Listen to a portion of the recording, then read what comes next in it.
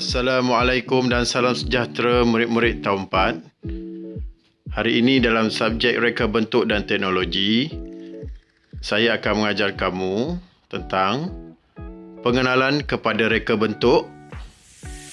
Di akhir pembelajaran nanti, kamu akan dapat pertama, menerangkan maksud reka bentuk berdasarkan contoh produk sedia ada. Yang kedua, mengenal pasti kepentingan reka bentuk dalam kehidupan. Baik murid-murid, apakah maksud reka bentuk? Reka bentuk bermaksud corak atau bentuk sesuatu produk yang direka. Pelbagai reka bentuk produk dibuat untuk memenuhi citarasa dan kehendak pelanggan.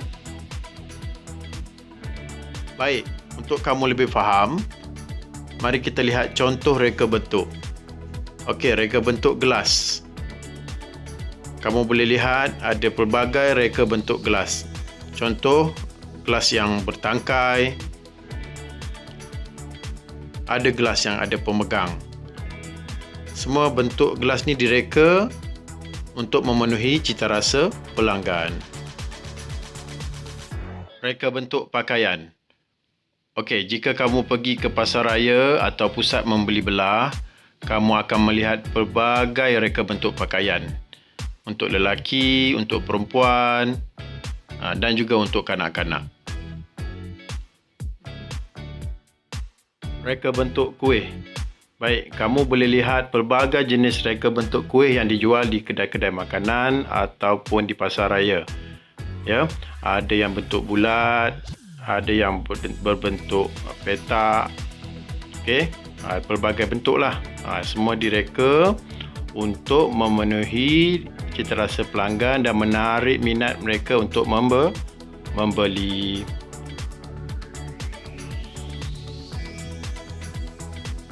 Baiklah, setelah kamu lihat contoh-contoh reka bentuk yang saya tunjuk tadi, kita lihat pula apa kepentingan reka bentuk. Okey, kamu boleh buka buku teks muka surat 17. Baik, apakah kepentingan reka bentuk? Pentingnya reka bentuk ialah yang pertama, ia memenuhi keperluan dan kehendak yang berbeza. Kita ambil contoh beg. Kan ada beg yang bersaiz besar, ada yang bersaiz kecil. Kenapa? Okey, contoh beg yang bersaiz besar, kita boleh muatkan barang-barang yang besar. Contohnya buku teks ataupun laptop. Okey, untuk beg yang bersaiz kecil, kita boleh muatkan contoh duit shilling ataupun duit kertas.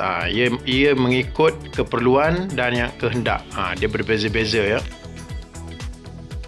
Kepentingan reka bentuk yang kedua pula ialah ia membantu kerja dan memudahkan urusan harian. Kita ambil contoh dalam buku teks ni, cerek air. Okey, ia membantu untuk memasak air. Kemudian mesin pembuat kopi yang digunakan untuk menghasilkan air kopi. Jika kamu lihat, semua reka bentuk alatan ini dibuat untuk membantu kerja dan memudahkan urusan harian kamu. Baik, sekarang kamu buka pula buku teks muka surat 18. Okey, untuk kepentingan reka bentuk yang ketiga pula ialah ia membantu menjimatkan masa. Okey, kamu tengok contoh yang diberi reka bentuk kereta api. Okey, perubahan reka bentuk sangat penting. Kita lihat pada zaman dahulu, ini contoh reka bentuk kereta api pada zaman Tanah Melayu dahulu ya.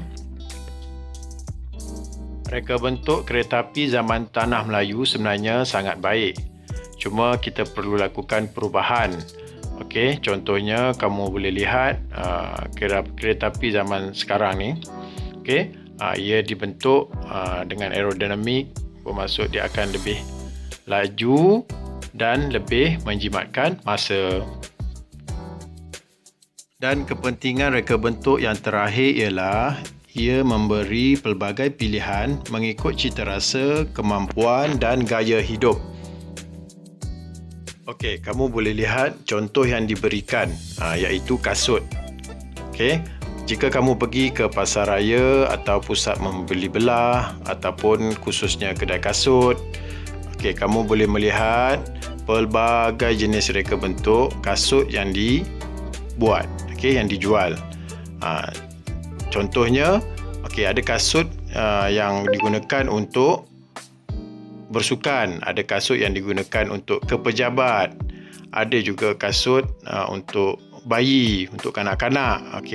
Jadi semuanya direka bentuk untuk memenuhi citarasa pelanggan. Kamu bayangkan jika reka bentuk untuk kasut ni hanya satu saja, dia tak ada pelbagai. Jadi boleh tak kamu pilih? Sudah tentu tidak boleh, betul? Dan juga kamu boleh pilih kasut tersebut mengikut kemampuan dan gaya hidup kamu. Contohnya, kamu boleh pilih sama ada nak beli kasut yang mahal ataupun kasut yang murah, bergantung kepada kemampuan. Murid-murid, sudah selesai sesi pembelajaran kita pada hari ini. Untuk latihan pengukuhan, kamu semua diminta untuk menyiapkan lembaran kerja peta iting yang saya telah berikan. Sebarang masalah, bolehlah hubungi saya. Kita akan bertemu pula pada topik pengenalan reka bentuk bahagian 2.